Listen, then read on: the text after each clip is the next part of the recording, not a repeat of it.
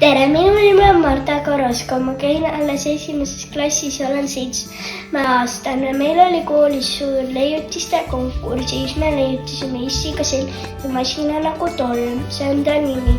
Ta töötab patareide abil ja tal on siin mootor, ta sõidab mööda põrandaid ja korjab juuksekarvu.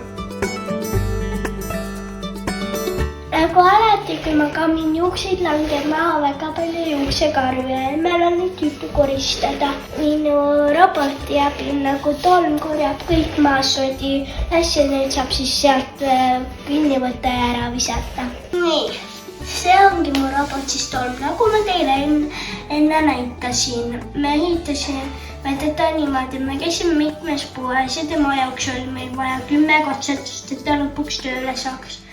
No, me käisime poes ostmas harja, võtsime tal otsa ära ja ostsime selle mootori, mis on sellega koos.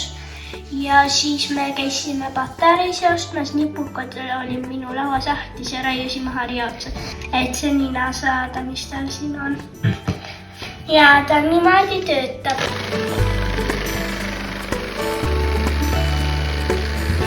Ja selline mulle juhtis. Jah, nüüd panen korra kinni.